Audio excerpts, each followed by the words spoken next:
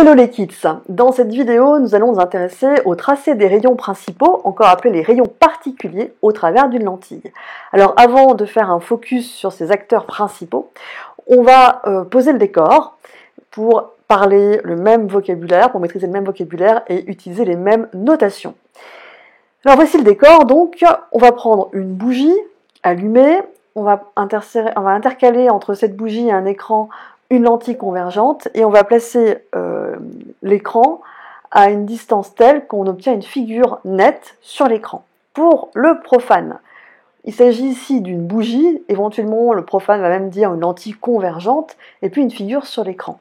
Pour la physicienne et le physicien que vous êtes, on ne va pas parler de bougie, mais d'un objet. Ça sera le nom général qu'on va donner à un objet qui diffuse ou qui produit sa propre lumière. Lentille convergente, ça c'est pareil. Et puis la figure nette sur l'écran, on va l'appeler l'image. En termes de vocabulaire hyper rigoureux, on parle d'une image conjuguée, comprendre que c'est l'image associée à cet objet au travers de cette lentille. Donc là, ici, on ne dit pas associé, on dit le mot conjugué, mais on peut le voir comme un synonyme. En termes de symboles, de symbolique, qu'est-ce qu'on va utiliser? Pour la lentille convergente, on se rappelle que le symbole de la lentille convergente, c'est une double flèche avec les pointes orientées vers l'extérieur. Pour la bougie, ça va être beaucoup plus simple. Le physicien ne va pas considérer l'ensemble des points qui constituent cet objet, mais uniquement les points extrêmes qu'il va appeler A et B. Donc le point en haut et en bas de l'objet.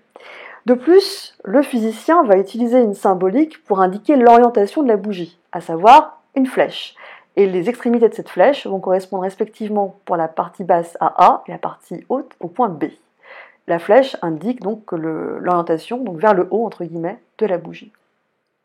Tous les points de la bougie, tous les points diffusent de la lumière ou produisent de la lumière, selon si on considère la cire ou la flamme.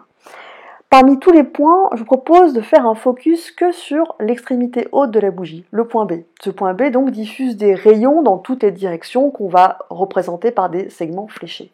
Parmi cette infinité de rayons, certains, un grand nombre, mais je vais en présenter que deux ici sur la diapositive, vont traverser la lentille et vont donc converger en un point. Ce point, c'est le point B', qui est l'image du point B au travers de la lentille, l'image conjuguée.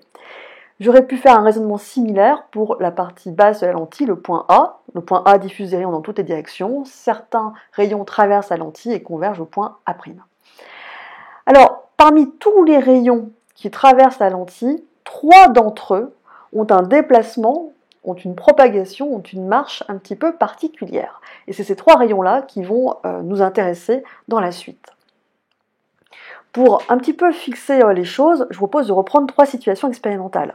On va prendre une lentille convergente, ici biconvexe. Lorsqu'elle est traversée par un rayon qui passe par le centre optique, on voit que ce rayon n'est pas dévié. Là, ici, il est oblique, il reste oblique, horizontal, il reste horizontal. Lorsqu'on fait traverser la lentille par des rayons, un rayon par exemple qui est parallèle à l'axe optique, on constate qu'il va converger en un point qui est le foyer image de la lentille. D'ailleurs, rappelez-vous, c'est même comme ceci qu'on a défini le foyer image d'une lentille, c'est le point de convergence de rayons initialement parallèles entre eux. Si cette fois on fait passer des rayons par le foyer objet et qui traversent ensuite la lentille, on constate que ces rayons émergent parallèles à l'axe optique.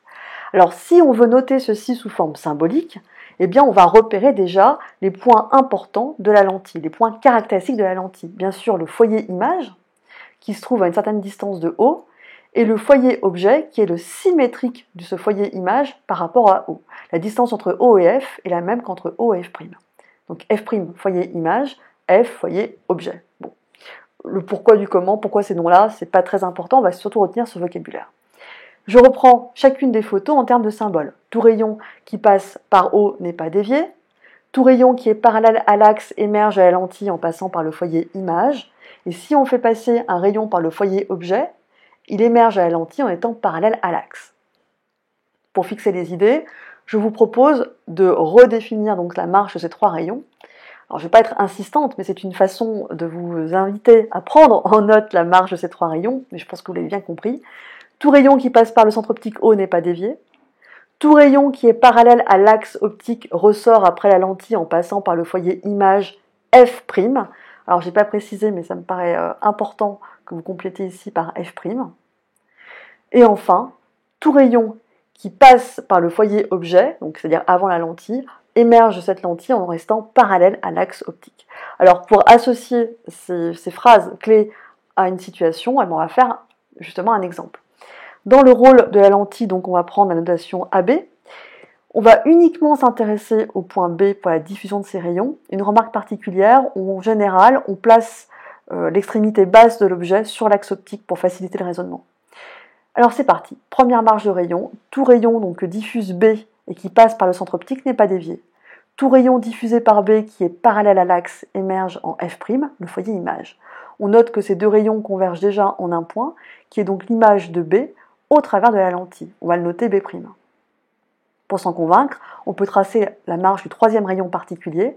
Tout rayon qui est diffusé par B, qui passe par F, émerge de la lentille, hop, parallèle à l'axe. Et bien, qu'est-ce qu'on voit ici? Donc, ces trois points se coupent en un même point, ces trois rayons, on va y arriver. Ces trois rayons convergent, en un même point, donc le point B', qui est l'image de B au travers de la lentille. Puisque l'objet AB était perpendiculaire à l'axe, eh bien les propriétés de l'optique géométrique nous disent que A'B', l'image sera également perpendiculaire, ce qui nous permet de dire que l'image sera renversée, puisqu'on voit que la flèche est orientée vers le bas. Donc c'est très important de maîtriser la marge de ces rayons, puisque finalement leur tracé nous permet indiquer la taille de l'image obtenue et aussi son sens. Il ne reste plus qu'à mettre tout ça en application. Je vous dis à bientôt.